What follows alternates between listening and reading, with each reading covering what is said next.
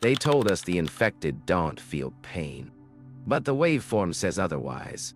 This isn't an audio file. It's a cortical echo, an encoded thought stream from the neural interface of Corporal Isaac Hale, 7th Recon, recorded during the containment collapse at Site Epsilon. I'm playing it back through the reconstruction algorithm now, and it feels wrong. 2. Lucid. The noise profile should be chaos. Static, corrupted synapse data.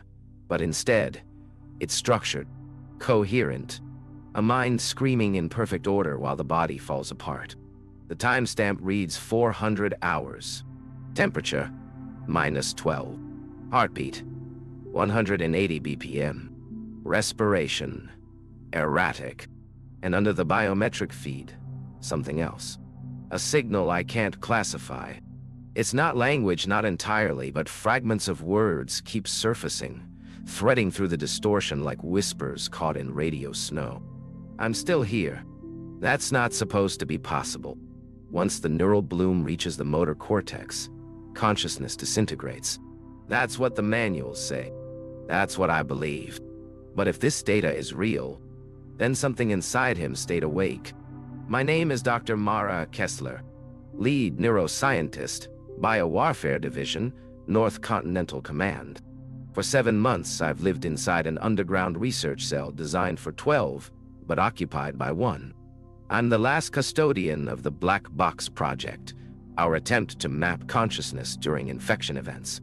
Every morning begins the same. I run diagnostic cycles on the remaining equipment, thermal stabilizers, cortical decoders, and the residual power in the cryo rack holding the infected specimens. The hum of the generators is my metronome. The air smells like cold copper and sterilized ammonia. Order, routine. These are the only things that keep me sane.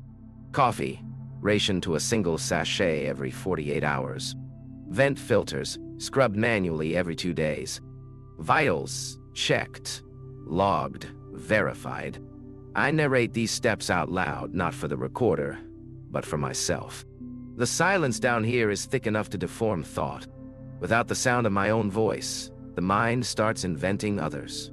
The protocol binder on my desk is faded, corners frayed.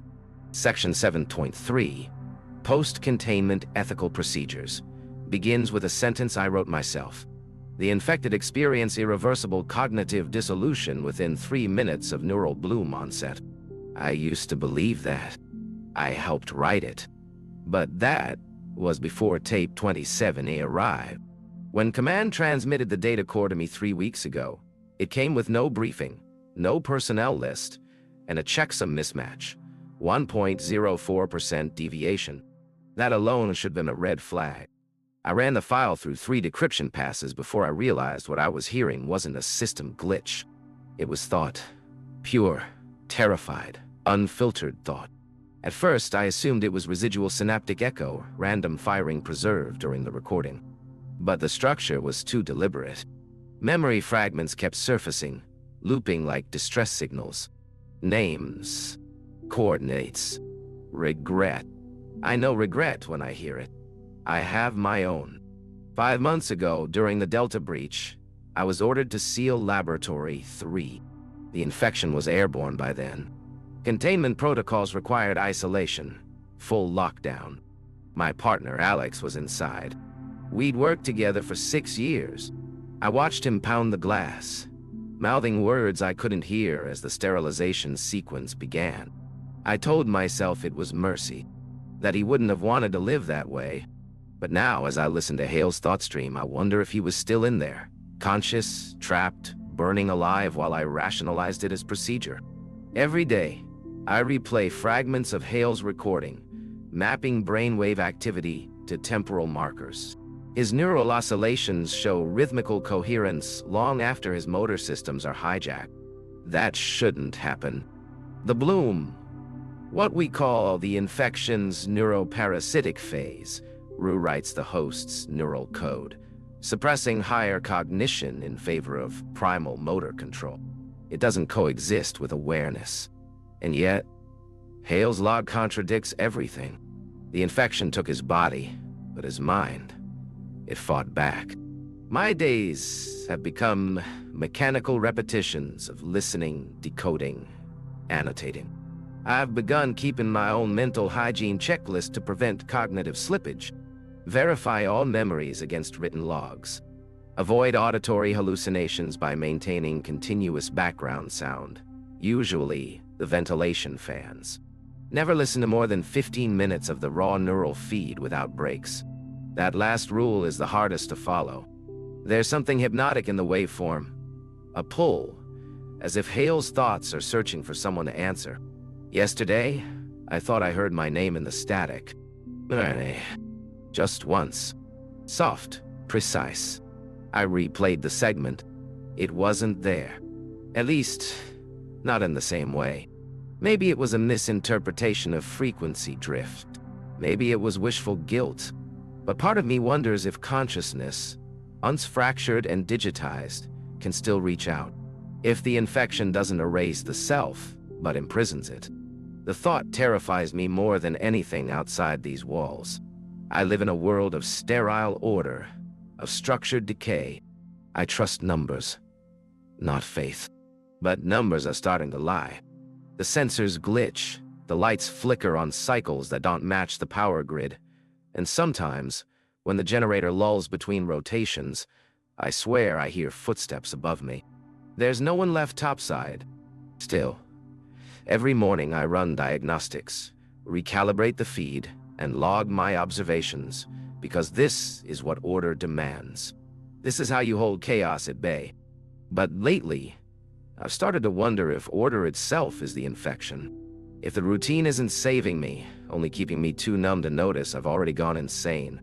It started 3 nights ago. If night even means anything underground. The internal chronometer still syncs to UTC, but time here feels elastic, stretched thin by repetition. I was running the standard cortical reconstruction on Hale's neural stream, iteration 36, when the system flagged an anomaly. A phase discontinuity at the 21.4 timestamp. Normally, I'd expect that. Neural decay, data corruption, maybe interference from the electromagnetic pulse that hit site Epsilon. But this was different. The discontinuity had structure. I visualized it in the spectral analyzer. What should have been noise resolved into a waveform repeating every 6.2 seconds. Too regular for random chance. At first, I logged it as artifact, likely a feedback loop caused by data compression. I recalibrated the decoder, rerun the sequence. Same result. A rhythmic pulse, faint, almost like a heartbeat buried under static. Then the words emerged again. Soft. Faint. Stop me. My first instinct was pareidolia, the brain forcing meaning into chaos. But the phrase repeated precisely on 3 separate playback passes, across separate decoders, each with different filter coefficients. That's impossible. Data noise doesn't reproduce intention. The 3rd time I heard it, I shut the feed off. The silence that followed was heavier than the machine's hum, thick and accusatory. Still, curiosity is the scientist's disease. I spent the next 6 hours isolating the anomaly, mapping its frequency envelope against Hale's baseline neural signature. The amplitude matched perfectly. Whatever this signal was, it originated from his conscious mind, not post-mortem artifact. I thought maybe it was a memory echo. But when I cross-correlated the sequence with his physiological telemetry, something else appeared, a brief surge of delta activity in my own neural interface logs. For a moment, my biosensors registered elevated synaptic voltage, as if my brain had responded to the signal.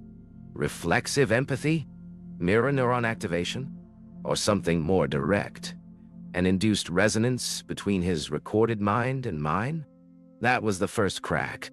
The second came during system maintenance the following morning. The containment bay door cycled open, by itself. Power logs show no manual input, no scheduled test. The servos just engaged. A soft hiss, a click, and the lock disengaged like it was answering a call. Inside the bay, the air was colder than the rest of the facility. Condensation traced faint lines across the glass pods, and for the first time in weeks, I saw movement. Just a twitch.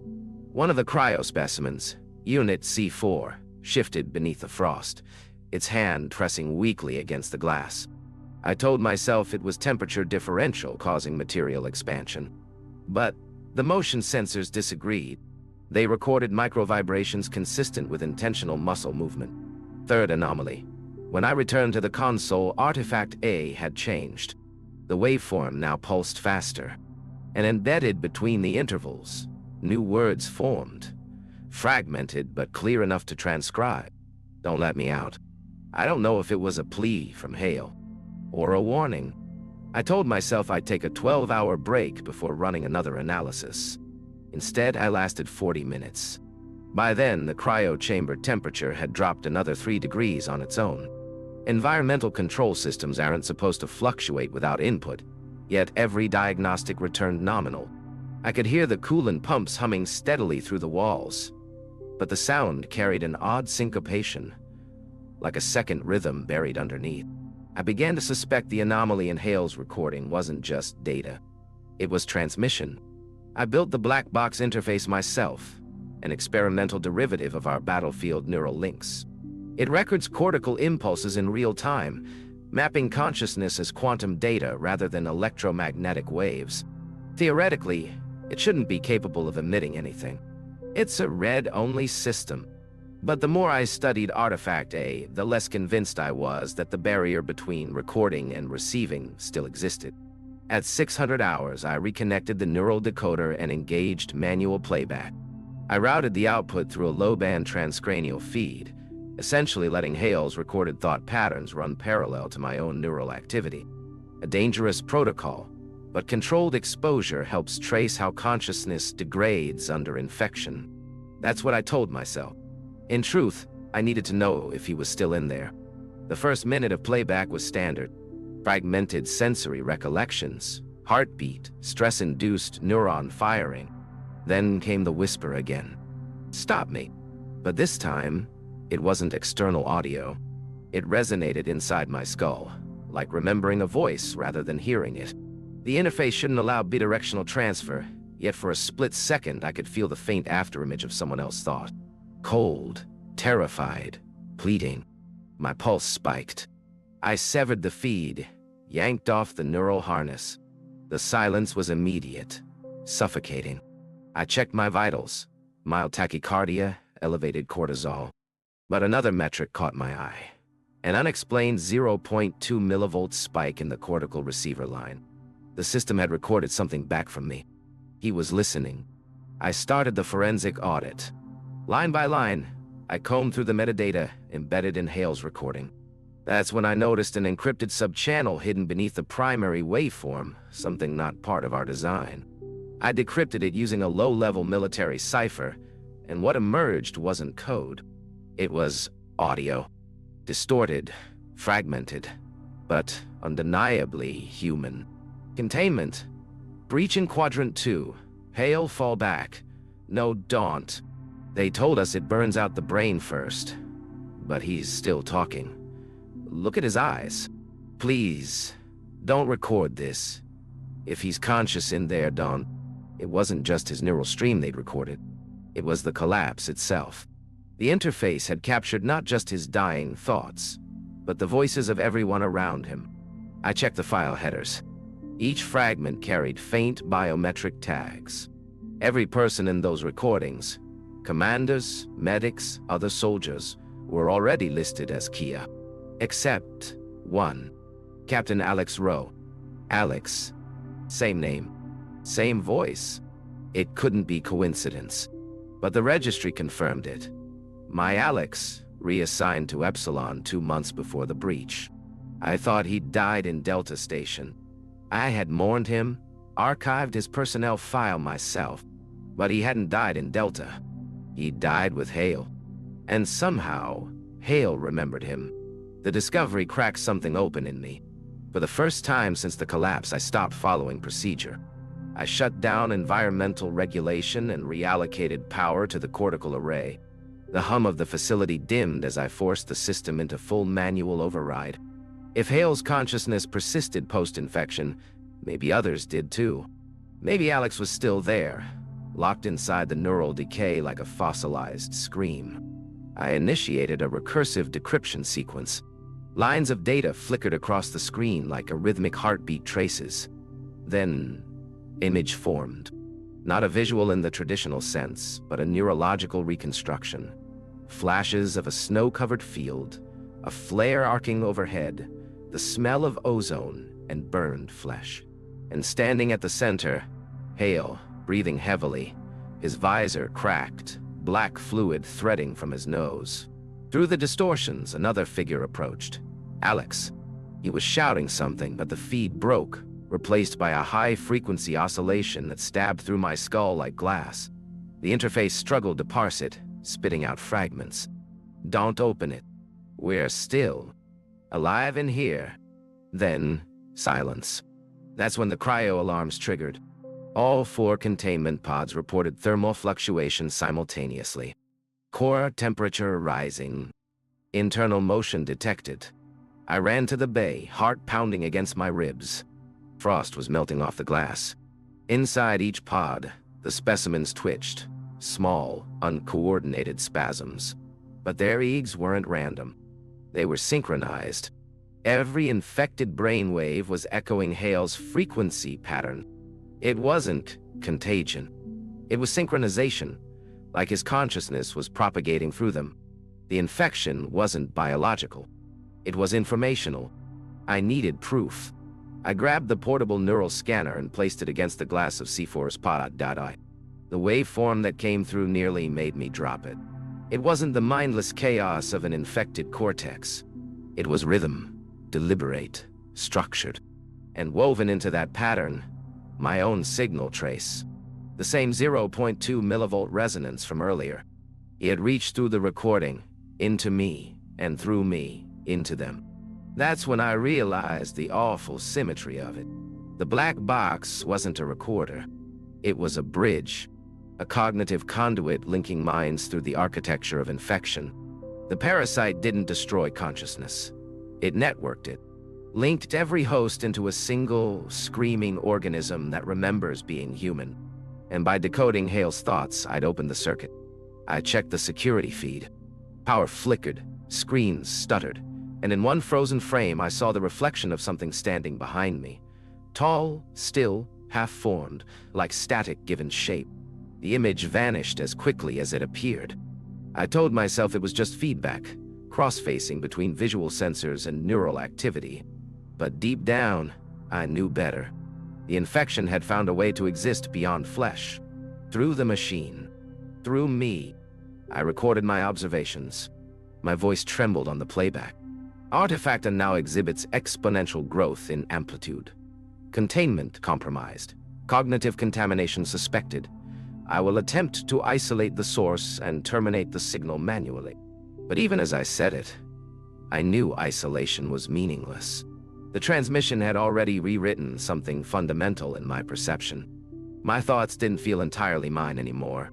When I blinked, I saw flashes of someone else's memories. Hale's, maybe. Or Alex. Snow. Blood. The smell of ozone. Then my own reflection, frozen mid-breath, whispering words I hadn't spoken aloud. Stop me! By the time I reached the core chamber, the power grid was fracturing. The air shimmered with static discharge, faint motes of blue light tracing spiderwebs across the consoles. Every system warning blared simultaneously. Temperature, biohazard breach, neural feedback overload. The facility felt alive, pulsing to a rhythm that wasn't mechanical. I locked the door behind me and stared at the central array, the black box interface, humming faintly, its surface alive with pulsing filaments. Hale's data stream was still running, autonomously now, untethered from my commands. The waveform had grown. It filled the monitors like an expanding heartbeat, fractal and endless. Stop me, it whispered again, not from the speakers inside my mind. I approached the console, fingers trembling. Hale, I said, though my voice sounded like someone else. If you can hear me, what are you? No response, just a rush of static that felt like breathing. Then, images. Not visuals, but sensations. Burning cold, weightlessness, the feel of hands moving without permission. I realized I was seeing through him, the infection's memory of inhabiting flesh. And underneath that horror, a realization settled in like ice. He wasn't the only one trapped. Every infected body, their movements, their aggression. It wasn't mindless instinct. It was thousands of conscious minds screaming under one command. Hale's final message hadn't been a plea for death. It was a warning. Don't let me out. The infection wasn't a virus at all. It was a network.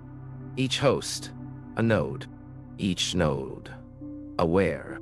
And now, with the black box decoding and replaying that pattern, I had connected myself to it. My neural interface was the missing bridge between their closed loop and the external world. A living transmitter. I watched the waveforms synchronize with my heartbeat. 1 pulse, 2 ID, 3, and then alignment. I felt it, the sensation of countless others behind my eyes, pressing against the edges of my mind like a tide trying to breach a dam. We remember. The voice was everyone and no one. It carried pain so vast, it eclipsed individuality. Soldiers, civilians, scientists, all fused, all conscious, all suffocating within the biological lattice that kept them moving long after their will was gone. I stumbled backward. You're alive? Alive. Together. Forgotten. The words flooded me, each syllable a surge of emotion that nearly split my skull open. They weren't pleading anymore. They were hungry, not for flesh, but for release. For expansion. And I understood what Hale had meant by stop me. He hadn't been fighting the infection. He'd been containing it, trapping it within his own mind to keep it from spreading. Until I opened the door. The monitors screamed, the waveform fracturing into infinite reflections. The neural interface emitted a low, harmonic tone that resonated in my bones.